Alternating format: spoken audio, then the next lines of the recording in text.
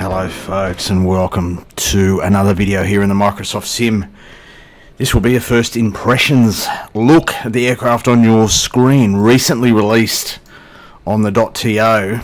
This is the Optica. Now this aircraft, this release, had its origins in a freeware version that was released to the community, I want to say last year. I did feature it on a Freeware Friday episode on the channel. And it's been rebuilt and improved, and is now being sold as payware by a group of developers known collectively as Got Friends. So the guy who did the freeware version of this has joined forces with a few other blokes, and they will be releasing some new aircraft for us. And this is one such beast. Yeah, first impression style. It's not a review. I feel it's important to mention that. I don't do reviews in the traditional sense of aircraft reviews that other content creators do. This is a first impressions. I have taken it for a very brief fly this morning. So I'm probably going to leave some stuff out, folks. Alright? I call attention to whatever calls my attention. That's kind of how it works. But look, from the outside, the visuals are fantastic, right? It's an interesting looking beast. I mean, I'm an aviation tragic. I've had this illness for a very long time, i.e. most of my life, and I'll basically fly anything with wings on it. And I'll fly this. It's an interesting looking aeroplane, isn't it? Let's jump inside, have a look. Virtual cockpit wise, it's really good. Texturing's great. It's well kitted out. It's got the GTN 750, the who puts that out? PMS 50, I think is the name of the developer. And there's like the base package, and then there's the sort of the custom aeroplane package that adds stuff. Sorry for the vagueness, folks. There will be links to all this stuff in the description of the video. You can check it out for yourself. What I love about this aircraft in particular, and it's unique at the moment out there for this sim anyway, is the addition of these two creatures. Now, the original freeware version had a dog. I think his name's Kilo. Well, they've added a cat to this payware release, and I think his name's Matto. Now, you can configure those guys on and off, and there's a little dial up here, Kilo and Matto, you see that? So that's what it loads in with, for me at least. If I switch that around, just get a dog sitting, Kilo by himself, get Kilo laying down by himself. What's this one going to do? The cat, oh jeez, look at that expression. That looks like me after a big night. Look at him. But how good are the animations, hey? You get the wagging tail, you get the breaths, subtle movement of the front left leg. It's pretty well. I love it. I think it's fantastic. If I could own an aeroplane, I would have creatures flying with me. There's Matto having a snooze, and then we twist it around and we get rid of them all together. So I want both of them in their original view, nice and relaxed. That's how I'd like to think my creatures would be. And that's how they are here in the virtual world. Alright, what else can I show you about virtual cockpit? Quick have a look around. We've got a first aid kit on the back wall there. So it's a 3-seater, the Optica. Yeah, interesting view. Fantastic view. Interesting in a really good way. Look at the visibility. It's great. We'll have a look when we get up into the air. But yeah, well kitted out now with 9 dials. I think the original sort of freeware release had 6. So this is payware, and it's currently on sale 50% off at the TO, which meant I picked it up earlier today for about 15 Aussie dollars. The exchange rate is not good at the moment. I think that's about 10 US, something like that. So full price is going to be 20 US. That's pretty well priced, I reckon. I reckon they'll sell a lot of them. And I think we should be supporting developers who are putting out good stuff at reasonable prices. Because Lord knows, there's some developers putting out some pretty ordinary stuff at very exorbitant prices. Not going to mention any names. What else can I show you here? Optica V speeds, I like that. That's a nice addition. Yeah, look, not much else. There's an autopilot down here, Cap 140 by the looks of it. There's some light switches there. What else is animated apart from the critters? This little window's probably animated, is it? Yeah, it is. Close that. Can we close the door? There should be a handle somewhere. There we go. There we go. Close that door. We close... Oh, this window opens just because we can. There we go. Did I notice a sound there? I've got my sound turned down. Let me try that again. Is there a sound change? Oh, there is. It's not exactly in sync. The sound sort of kicks in before the window's open and then goes off before the window's shut. But nice try, boys. I get the concept. We'll close that door. Keep Matto nice and secured.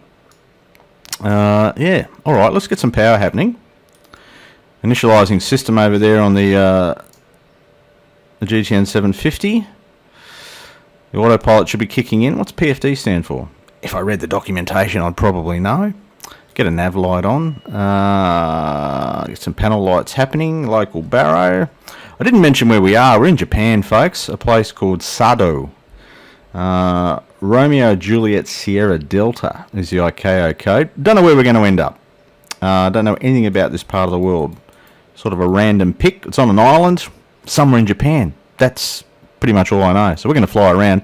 It is a pretty cloudy day, right? Live weather happening. Yeah. Cloudy, a little bit of breeze according to that windsock. Pretty short strip here in Sado. It should be long enough for us. What else do we need to worry about starting up wise? Is there a fuel switch of some sort? So mixture, we probably want mixture full. Crack the throttle, I'm guessing. The trims, flaps indicated there. Flap selector down here. That would be the handbrake. Yeah. Okay, fuel. That's what I was looking for. So both. What else do we need to worry about? Maybe a fuel pump. And I think the ignition was up here. Let's start her up.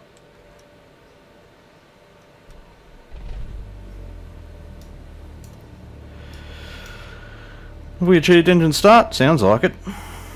I've just got my sound turned down here. But yes, we've got an engine start. Let's give it a little bit of juice. Show the needles moving. That's much to validate that the engine started. Very quiet, but that's got to do with the way I've got my speakers currently configured.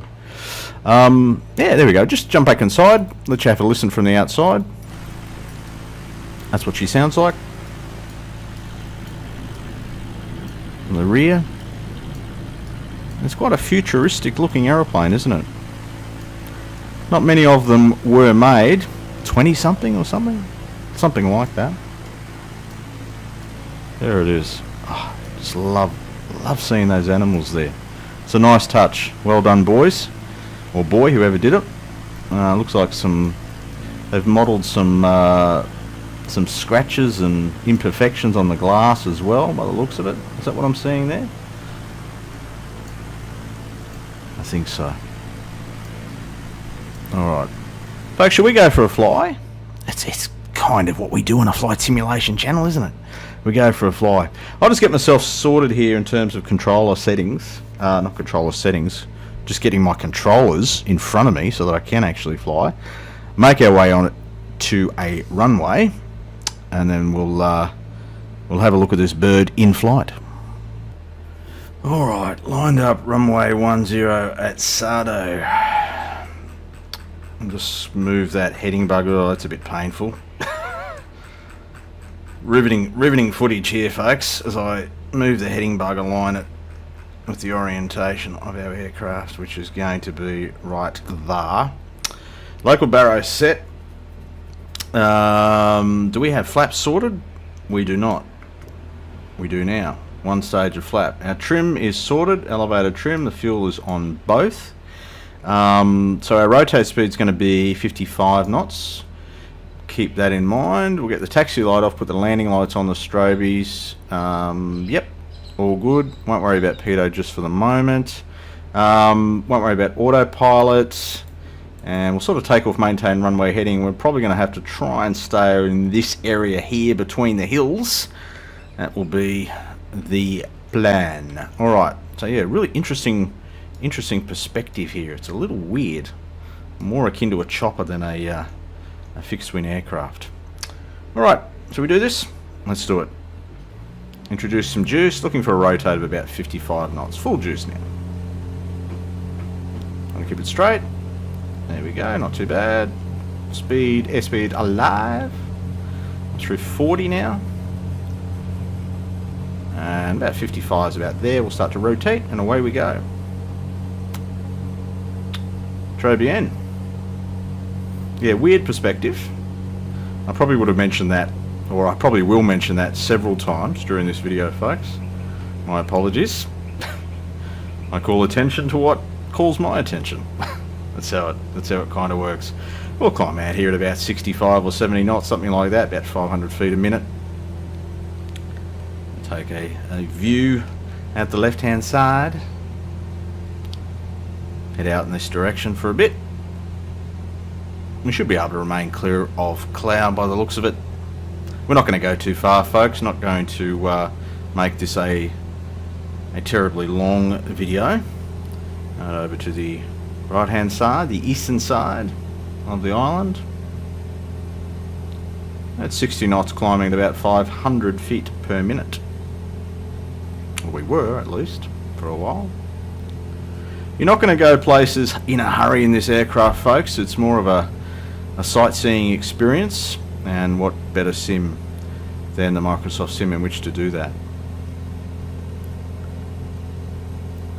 I want to take this opportunity. This is a bit of a milestone video for the old fella, or for the channel.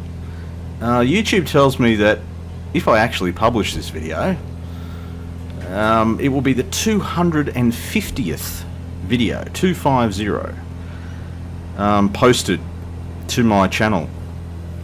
I think that's a bit of a milestone. I'm going to call it a milestone. And it just happens to coincide with the channel reaching the magical 1K in terms of subscriber count. 1,000 subscribers has happened in the last couple of days. And I just want to take the opportunity to say thank you. A sincere thank you to the little community. I'm going to call it a community. Some may call it a cult following. I don't know. Is there a difference? Is one better than another? I think I always wanted to have a cult following. Never wanted to be in a cult. I don't really want to be referred to as a cult leader either. That's kind of a career limiting move.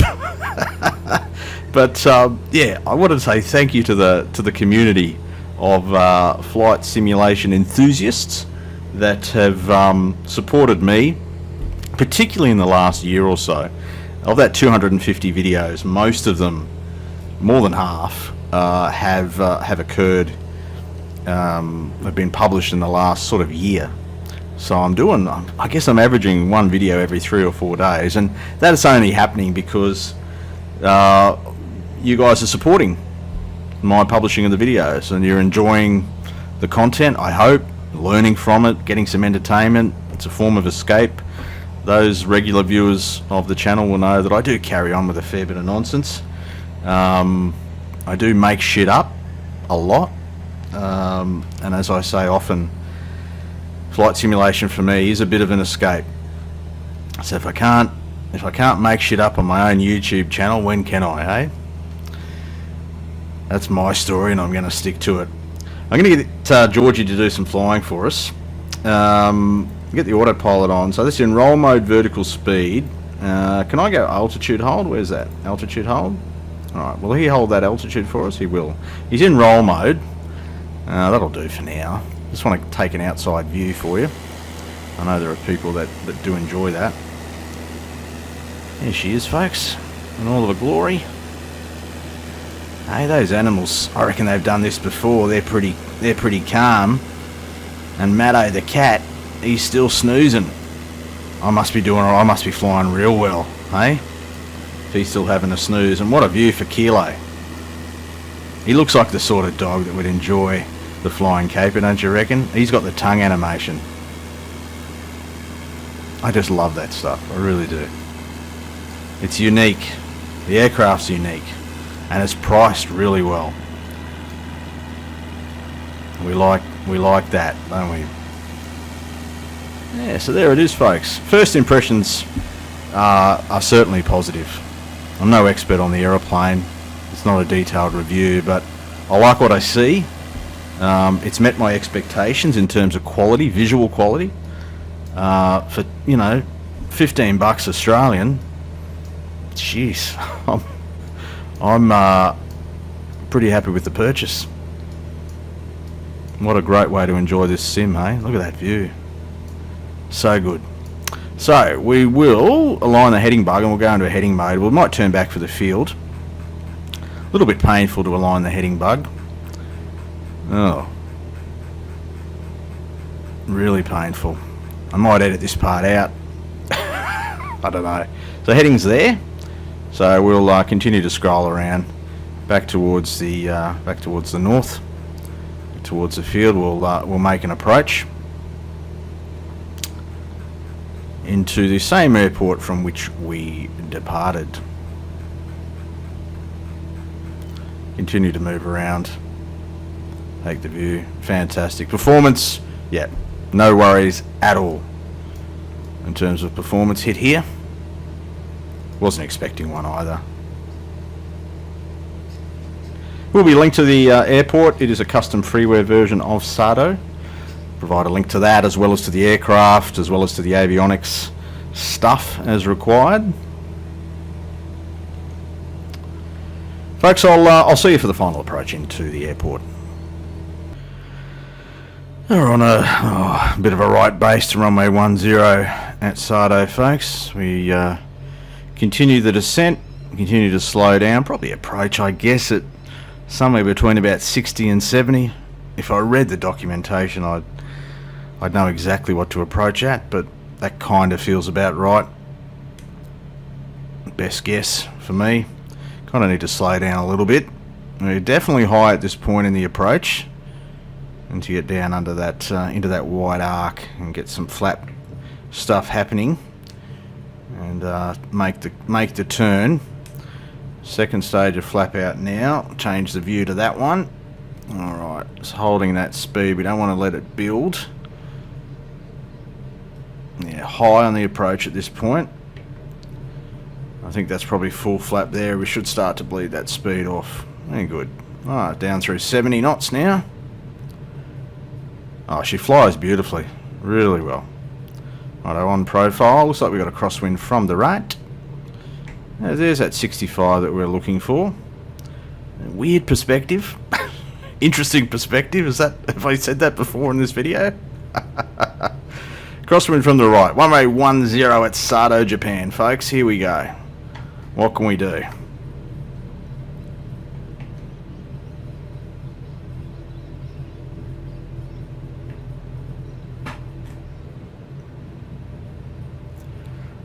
And get it on.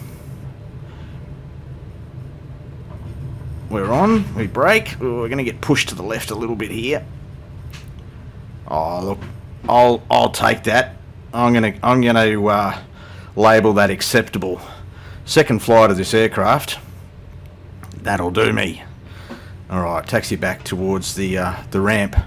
So it's been a first impressions look, folks, and the first impressions are definitely positive. Priced well. It's a unique offering. I know there is a competitor over there from developed by OrbX. I think it's been on sale recently. I wonder if they knew this one was coming.